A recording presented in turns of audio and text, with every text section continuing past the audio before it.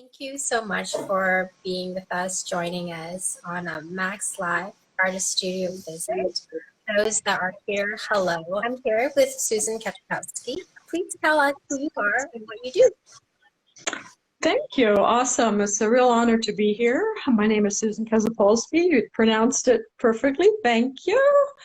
I like to refer to myself as Susan K. It's a lot easier to manage. I'm a literary artist in Mississauga. I re-engaged with my writing life after a 32-year career in the public service. I retired about 6 years ago, and I decided to re-engage with my love of writing. So I attended the Humber School for Writers program, and I graduated, and I also completed the HeartMath Building Personal Resilience coaching program. So I'm a certified coach with HeartMath, which is based out of California. And I'm just really enjoying this new chapter, literally, of being able to focus 100% of my time with writing, which is something that I've always been passionate about, engaging in the arts, and really seeing the value that the arts brings to the community, and having not only my voice, but the voice of all the people that attend my workshops and people that do exercises and things with my groups, that they're able to find their voice and to share their voice. And it's so enriching and it's so much fun. And, you know, during this entire pandemic process, it's really taken up sort of to a whole new level. And there's so many exciting things going on in terms of really recognizing the power that arts has in our everyday life. And I'm just really thrilled to share my story, and the hopes that, you know, my hope is always to inspire others. So for those of you that are listening, I hope that if you're not an artist of any means, that, you know, listening to these conversations inspires you to explore. Absolutely. And this really ties nicely leading into the premiere that is happening next week on the 27th of May. And that is called Art of Wetlands. And I understand that you produced it. We're not showing any spoilers, so we'll be promoting it as we go. But if you could tell us a little bit about that project, that would be fantastic. Sure. It's been a real heart passion project for me. I've had the privilege to work with Phil Plaskota of Creators at Play, and Angela Chow, who did some design work for us. And we had the real honor and privilege over the last 6 months to sit down and interview a whole host of individuals that benefited from arts-based programs. Some 3 key organizations, you'll have to watch the premiere to find out more, who run arts-based programs as part of their social service delivery practices, and then 8 different organizations that are artists basically offering these types of programs.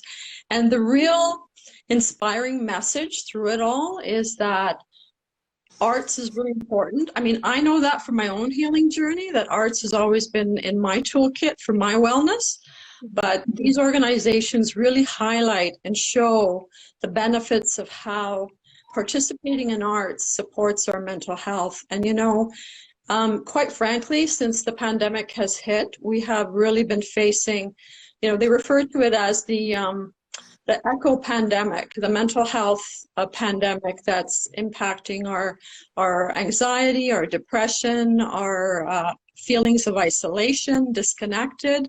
So the arts has the real power of engaging us in an amazing way. And I think that, you know, going forward, there isn't going to be any doubt in terms of the value of the arts to create a path for wellness. And this video really spotlights that. And I'm so excited to share it because so much work has gone into it. And it's been a real experience because I'm a writer, I'm a literary person. And producing this video has really given me an opportunity to look at a different form of storytelling through visual, you know, a visual video that represents the inspiring examples of the people that are in the video, the organizations, the work that they do. We have a couple of doctors that share their perspective as well. And, you know, it's just a real heartwarming story of how the arts can empower us. And that's been my passion for the last 6 years of my retirement, to really focus on how arts can support our mental health and wellness. And you know, I see it in my workshops that I deliver, because since I've retired, I've published 4 books. I've developed a Write to Heal workshop, which focuses on using writing as a tool for healing. And in the last few years, I've reached out to other artists to incorporate visual arts and music into the mix. So it's, you know, I'm just thrilled, and I'm so happy that we had the support of Mississauga Arts Council, the Trillium Foundation, Bell, and all of the amazing participants. So I can't wait for you all to see it. So tune in. Yes, tune in, tune in. I watched it, I got goosebumps, and it resonated a lot with me because not a lot of people know this, but I take antidepressants, and art saved my life. Art healed my soul, and it is so important to understand that any form is an adventure. It takes place, whether it is your love of words, your love of visuals, your love of colors, even just your love of collecting, you know, as a collector. That in itself is a journey, and for you to feel comforted in your own space.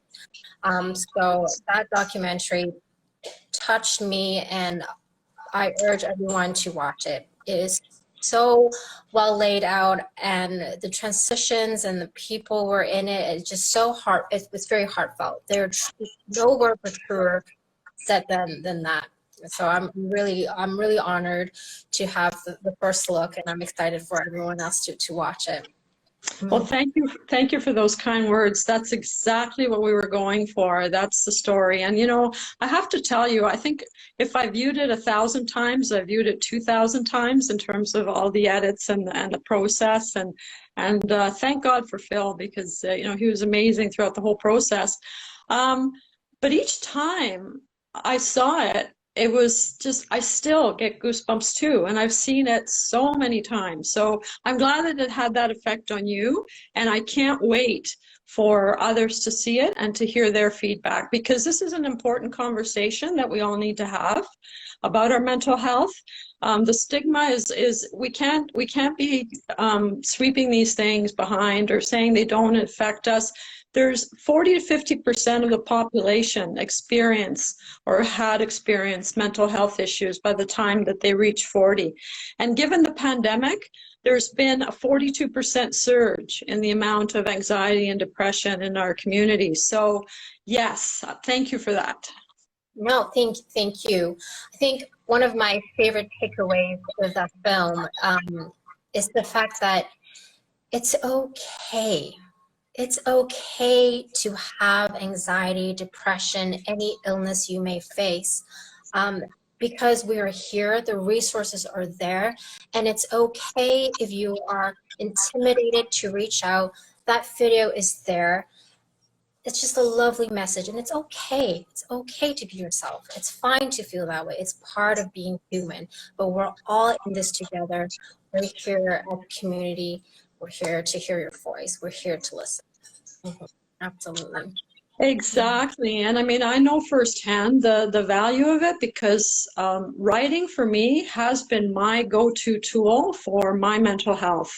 You know, I have been using writing since I was, 8 years old. I started writing. So I've been writing my entire life, but I never realized when I was younger that this is what that tool was doing. I didn't realize the power of it until I got older and was able to have that sort of reflective perspective on it, that my writing was a way of processing my life experience and neutralizing some of those emotions that get so heavily charged and there's nowhere to put them.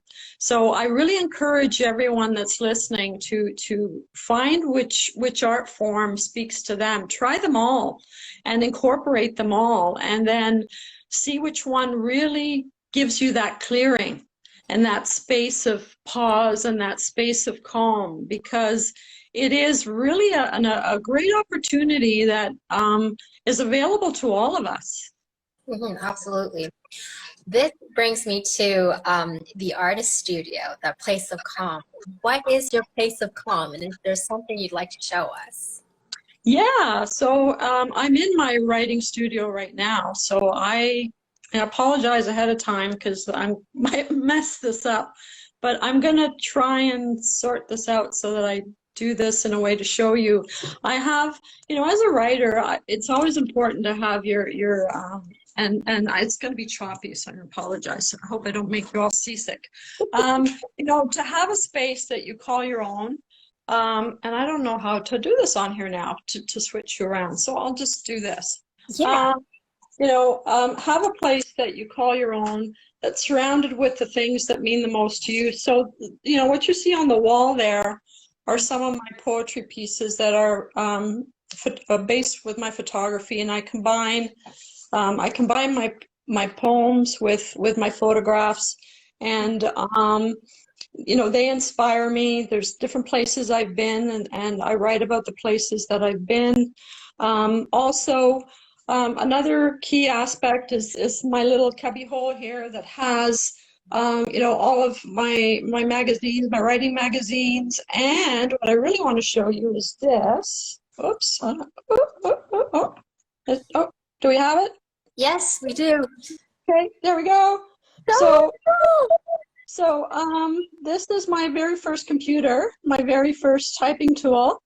It's my dad's typewriter, and I used to sit at his desk and type away when I was young. But my parents realized it was hard for me to do that, so they tried to adjust. I'm going to show you a photo that I really love, and this photo inspires me and reminds me of why I write.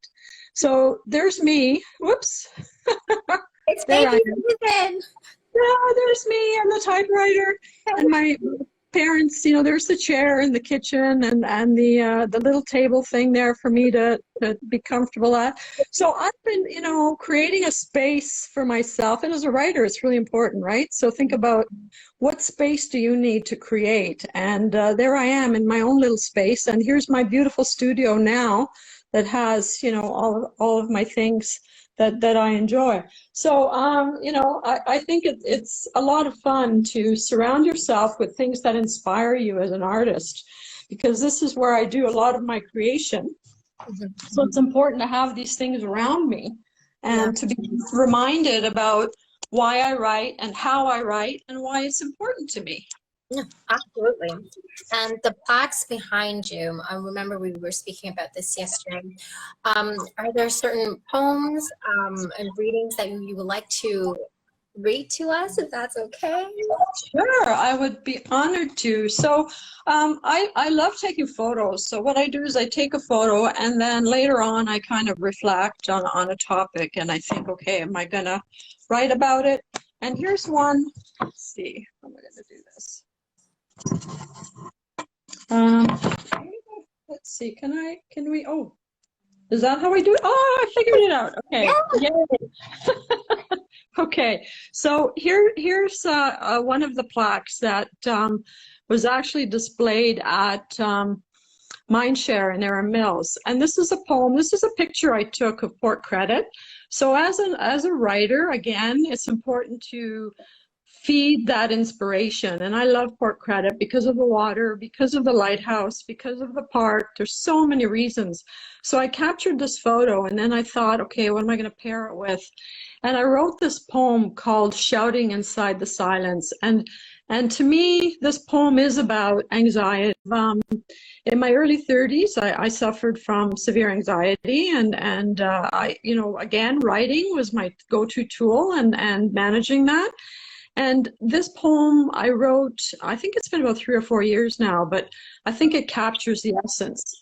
So do you want me to read it? Yes, please. Yeah. Awesome. Okay, so the poem is called Shouting Inside the Silence.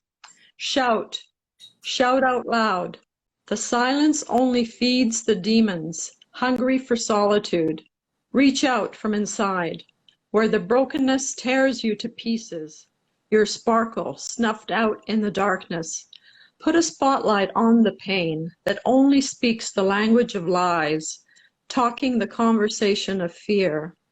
Let the light cleanse away the debris of pity. Open the gate. Let your lost voice get found on the rocky path to wholeness, talking you to the way home, back to yourself, back to your life. No matter how rocky the path, it leads to wholeness. Listen to your voice, shouting to be heard, shouting to connect back to your story. This is where the restorative conversation begins, in the language of love and forgiveness, participating in the wholeness of life. Thank you, Susan. Thank you. Thank you. It resonates a lot with the photograph that you took. And is that by portrait? Yes. It's almost like the calm before the storm, isn't it? Yeah, and you know that space is a very peaceful, healing space. So it's great to create, and as a visual artist, it's great to paint the scenery. As a literary artist, I love going there and just taking in the environment, taking in the vibe, taking in what's happening, and just using that to fuel the words that come out on the page. I can't tell you how many times I've gone just to sit there and just to, you know, watch the ducks and the swans and be totally inspired. And I think, you know, that's what's important when we're looking for creating a writing practice. And our studio is not just, you know, this amazing space that I've now created for myself, but it's also nature and being outdoors and engaging with nature and being in a place that really feeds your soul and opens up your heart space. Mm-hmm. Do you have any tips or advice to new and emerging literary artists? As like for myself as a visual arts, I would say like bring your sketchbook, you know, anytime you have an idea, pen it down, even on a handkerchief or something. Is that quite similar? Yes, very, very similar. So I, you know, thank goodness for our iPhones and our Android phones, because they have the ability to capture your notes. I always have to be able to write stuff down. My memory is not the greatest anymore, so I have to be able to write stuff down, otherwise I'm not going to remember it. And the thing is, I'm not sure if this is the case with visual artists, but for me anyway, as a literary artist, when the thought comes, if I don't capture it, I'm not going to be able to remember it later on. So, you know, I have on my phone, I have so many started poems that are like one-liners that come out in the middle of nowhere. You know, I'll be going on my walk and I'll stop and I'll think, okay, I got to write this down. Or I'll wake up in the middle of the night and like, oh, I got to write that down. So it, you know, that's the first process, is getting it down. You know, the beauty of literary arts and writing poems is that they evolve. So yeah, I start with a line and it meanders and it becomes a, you know, a paragraph or becomes a poem. And then I go back and I revisit it and I think, okay, is that the most impactful word that conveys the message? Is there a better word to explain it? And then I kind of close my eyes and go into what's the feeling that I want to convey, and does it convey the feeling? And if it doesn't, how can I change the words so that it expresses it in a different way? So it's almost like painting with words, so to speak. Mm-hmm. Is it hard for you to come up with a title, or you go, I have the title first and then the writing flows? Or sometimes you just don't want to give them a name because the words have so much life within itself. That's a great question, and I think from all, you know, in terms of poetry, that's the $1 million question. How do you title a poem? And for me, I often look for the lines in the poem to see if any of the lines jump out at me. Sometimes the first line contains the title. I mean, I find that a lot with my stuff because that's how it comes through. You know, and I feel that's my process. They come through me. And other times it's because I have an idea and I want to convey it, and then that becomes the title. And then sometimes the title comes after. Like I'll have written it and I'll come back to it a month later and I'll reread it and I'll think, okay, for example, there's a poem I wrote called Epiphany, and the title didn't come to me for a couple days. And so it's a process, and it is one of the hardest things to do. And I imagine for visual artists, coming up with a title for their work is also maybe a similar process. I don't know. Yeah, absolutely. Sometimes I don't go back to it for a couple of days and then it just comes. Yeah, I agree. One last question. What do you want to ask the audience, like a dying question, that you think could help during this pandemic? If that made any sense at all.